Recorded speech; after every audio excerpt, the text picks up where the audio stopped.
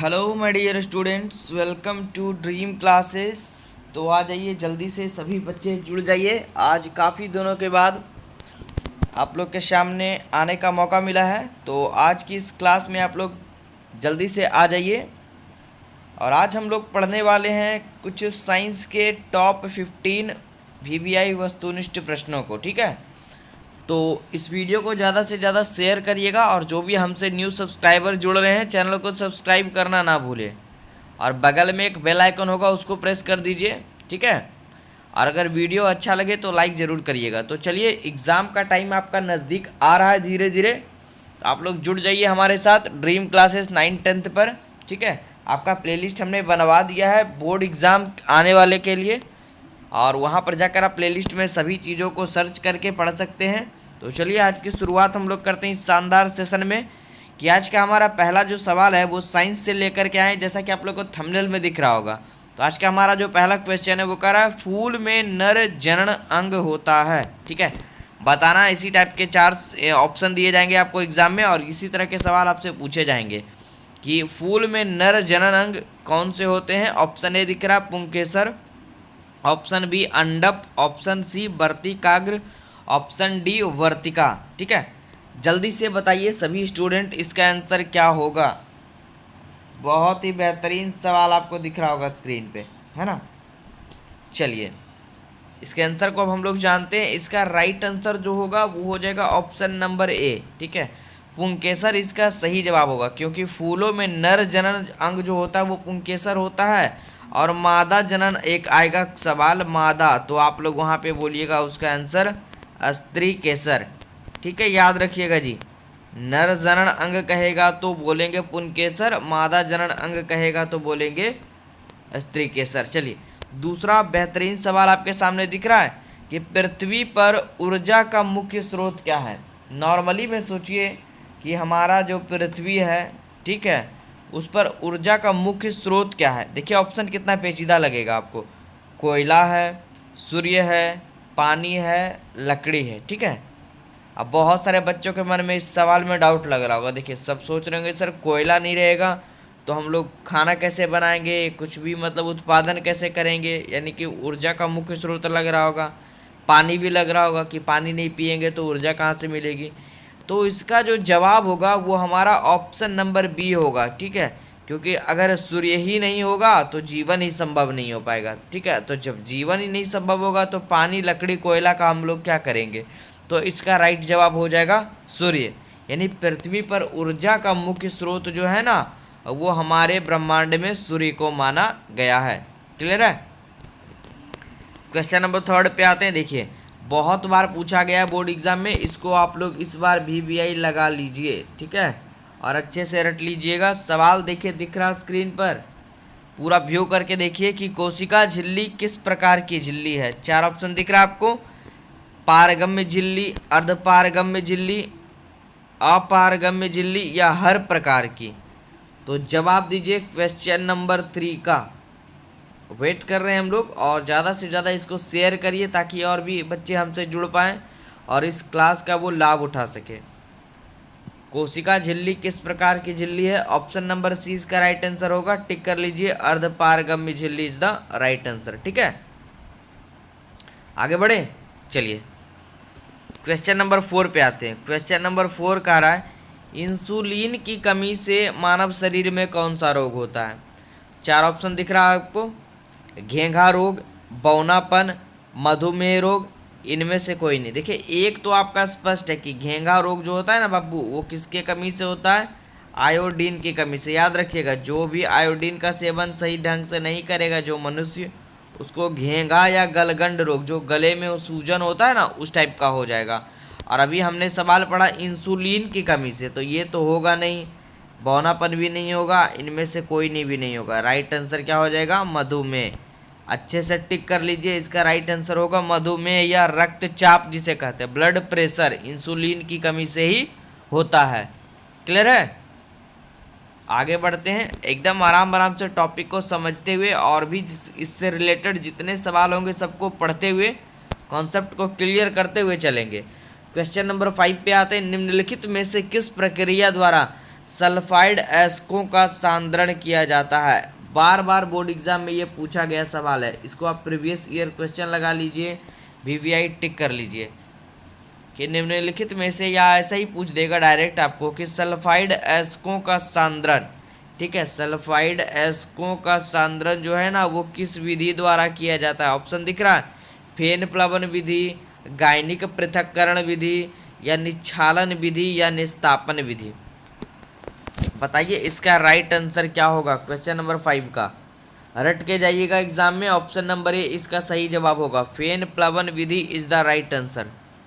ठीक है, आगे बढ़े, चलिए छठे नंबर सवाल की ओर बढ़ते हैं।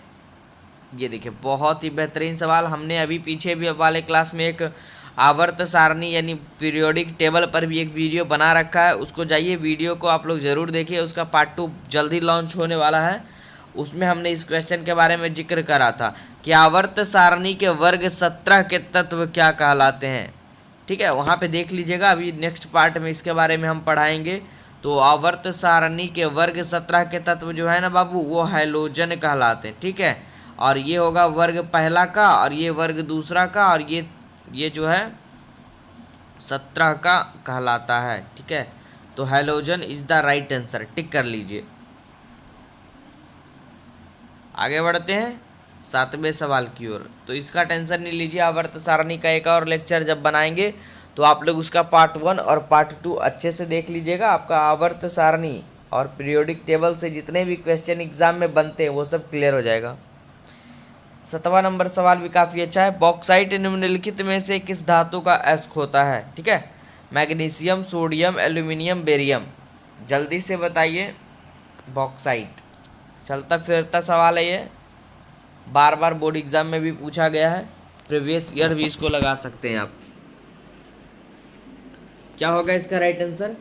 ऑप्शन नंबर सी, जी हाँ बिल्कुल सही, aluminium is the right answer. ठीक है, बॉक्साइट निम्नलिखित में से किस धातु का अयस्क होता है? तो एल्यूमिनियम का। आगे बढ़े, चलिए क्वेश्चन नंबर 8। क्वेश्चन नंबर 8 कह रहा है कि जल में घुलनशील भस्म क्या कहलाते हैं? बहुत ही अच्छा सवाल, आप लोग के सामने स्क्रीन पे दिख रहा होगा, 4 ऑप्शन भी दिए गए हैं इसके। ऑप्शन नंबर ए हमारा अम्ल है, ऑप्शन बी क्षार है, ऑप्शन सी एल्यूमिनियम है, ऑप्शन डी बेरियम है। बताइए क्या होगा इसका आंसर जी। बहुत ही ज़्यादा बच्चे हमसे जुड़ गए हैं अभी तक। ठीक है, मुझे उम्मीद है कि अगले क्लास में भी इतने ही बच्चे अटेंड करे हुए रहेंगे। तो इसका राइट आंसर बताइए, जल में घुलनशील भस्म क्या कहलाते हैं? क्वेश्चन नंबर 8 का, जी हाँ बिल्कुल सही, क्षार इज द राइट आंसर। ठीक है, जल में घुलनशील भस्म क्षार कहलाते हैं। आगे बढ़ते 9वें सवाल की ओर। 9वां सवाल हमारा कह रहा है विद्युत आवेश के प्रवाह को क्या कहा जाता है? ठीक है, आवेश के प्रवाह को या विद्युत आवेश के प्रवाह को क्या बोला जाता है? विद्युत विभव, प्रतिरोध, विद्युत धारा, विद्युत शक्ति। 9 नंबर का आंसर दीजिए क्वेश्चन नंबर 9 का। राइट आंसर इसका हो जाएगा विद्युत धारा। विद्युत आवेश के प्रवाह को विद्युत धारा कहते हैं। ठीक है, 10वें सवाल की ओर बढ़े, चलिए क्वेश्चन नंबर 10 दिख रहा है आपको। तारे का टिमटिमाना वायु माध्यम के किस गुण पर निर्भर करता है? समझिए, तारे का जो टिमटिमाना है वो वायु माध्यम के किस गुण पर निर्भर करता है? ऑप्शन देखिए कितना अच्छा है, ऊपर से नीचे की ओर वायुओं का अपवर्तनांक वायु होना चाहिए, यहाँ पे मिस्टेक से ये टाइपिंग हो गया है। ऊपर से नीचे की ओर वायु का अपवर्तनांक बढ़ता है, यहाँ पे वायु कर लीजिए आप लोग। ठीक है, और यहाँ नीचे से ऊपर की ओर वायु का अपवर्तनांक बढ़ता है और वायु का अपवर्तनांक स्थिर रहता है, या इनमें से सभी? बताइए क्या होगा इसका आंसर कि जब तारे का टिमटिमाना वायु माध्यम के किस गुण पर निर्भर करता है? चलिए बहुत ही अच्छा, ऑप्शन नंबर ए टिक करिए जी। इसका आंसर होगा कि ऊपर से नीचे की ओर वायु का अपवर्तनांक बढ़ता है। ठीक है, आगे बढ़ते 11वें नंबर सवाल पे। कह रहा है मानव नेत्र जिस भाग पर किसी वस्तु का प्रतिबिंब बनाते हैं या बनता है वह क्या कहलाता है? तो हमारे आँख का कॉर्निया कहलाता है, परितारिका कहलाता है, पुतली कहलाता है, दृष्टिपटल कहलाता है। याद रखिएगा, दृष्टिपटल या रेटिना एक ही का नाम है। ठीक है, दृष्टिपटल या रेटिना। जवाब दीजिए, मानव नेत्र जिस भाग पर किसी वस्तु का प्रतिबिंब बनाता है वह क्या कहलाता है? और इसका राइट आंसर भी यही होगा, रेटिना कहिए चाहे दृष्टिपटल कहिए, ठीक है। तो राइट नंबर आंसर हमारा हो जाएगा 11 का डी। टिक कर लीजिए अच्छे से कि मानव नेत्र जिस भाग पर किसी वस्तु का प्रतिबिंब बनाता है हमारे आँख में उसको दृष्टिपटल या रेटिना कहा जाता है। आगे बढ़ते हैं 12वें सवाल पे। 12वां नंबर क्वेश्चन कह रहा है कि मस्तिष्क का कौन सा भाग शरीर की स्थिति तथा संतुलन का अनुरक्षण करता है? ठीक है, मस्तिष्क का कौन सा भाग शरीर की स्थिति तथा संतुलन का अनुरक्षण करता है? ऑप्शन ए दिख रहा है अग्र मस्तिष्क, ऑप्शन बी दिख रहा है मध्य मस्तिष्क, ऑप्शन सी दिख रहा है अनुमस्तिष्क या ऑप्शन डी दिख रहा है इनमें से सभी। बताइए 12th नंबर का आंसर क्या होगा? जल्दी से टिक करिए, बहुत ज़्यादा बच्चों का रेस्पॉन्स आ रहा है इस सवाल में और बहुत ज़्यादा बच्चों ने सही भी टिक कर दिया यहाँ तक, ठीक है। ऑप्शन नंबर सी, जिन जिन बच्चों ने टिक करा है बिल्कुल ही सही है जी। मस्तिष्क का कौन सा भाग शरीर की स्थिति तथा संतुलन का अनुरक्षण करता है? तो अनुमस्तिष्क इज द राइट आंसर। आगे बढ़े तो ये सभी टॉप 15 प्रीवियस ईयर सवालों को आप रट लीजिएगा एग्ज़ाम से पहले, आपका एग्ज़ाम जो है बहुत ही ज़्यादा बेहतर जाएगा, ठीक है। अब देखिए अगला सवाल, ये बार बार बोर्ड एग्ज़ाम में बना है, पूछा जाता है कि इसको हम BBL लगवा देते हैं, ठीक है। चलिए, कह रहा है कि पुष्प का कौन सा भाग परागकण बनाता है? ब्रह्मदल, पनखुड़ी, पुंकेसर, स्त्रीकेसर। जवाब दीजिए क्वेश्चन नंबर 13 का। वेट कर रहे सभी स्टूडेंट का। पुष्प का कौन सा भाग परागकण बनाता है?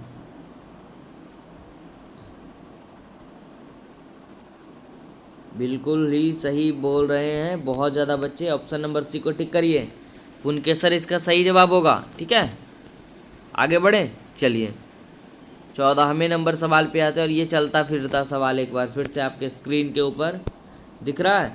हाइड्रा में प्रजनन की विधि निम्नलिखित में से कौन सा है? ठीक है, एकदम बहुत ही चलता फिरता सवाल। क्रमिक प्रवर्धन, बीजाणु समासंग, मुकुलन, विखंडन। तो हाइड्रा में प्रजनन जो है ना बाबू वो मुकुलन विधि से होता है, ठीक है, याद रखिएगा। और अगले अंतिम सवाल पे आते हैं जो कि आज के हमारा बेहतरीन सवालों में से एक होगा। कह रहा है दो तंत्रिका कोशिका के मध्य खाली स्थान को क्या कहा जाता है? बहुत ज़्यादा पूछा हुआ सवाल, बोर्ड एग्जाम के लिए बहुत ही ज़्यादा BBI है। ध्रुमिका, सिनेप्स, एस्कॉन, एक्सॉन या आवेग, ठीक है। और इसको टिक कर लीजिए और इसका राइट आंसर टिक कर लीजिए ऑप्शन नंबर बी कि दो तंत्रिका कोशिका के मध्य खाली स्थान को सिनेप्स कहा जाता है, ठीक है। और अच्छे से इसको रट के जाइएगा, बहुत ही ज़्यादा काम देगा आपके एग्ज़ाम में, ठीक है। चलिए, तो आज के इस मिनी क्लास में इतना ही सवाल को हम लोग करेंगे। मुझे उम्मीद है कि आप सभी स्टूडेंट को ये वीडियो काफ़ी अच्छा लगा होगा। अगर वीडियो अच्छा लगा है तो इसको ज़्यादा से ज़्यादा शेयर करिए, चैनल पे न्यू है तो सब्सक्राइब कर लीजिए और इस तरह के वीडियोस पाने के लिए हमारे चैनल पे रेगुलर बने रहिए, ठीक है।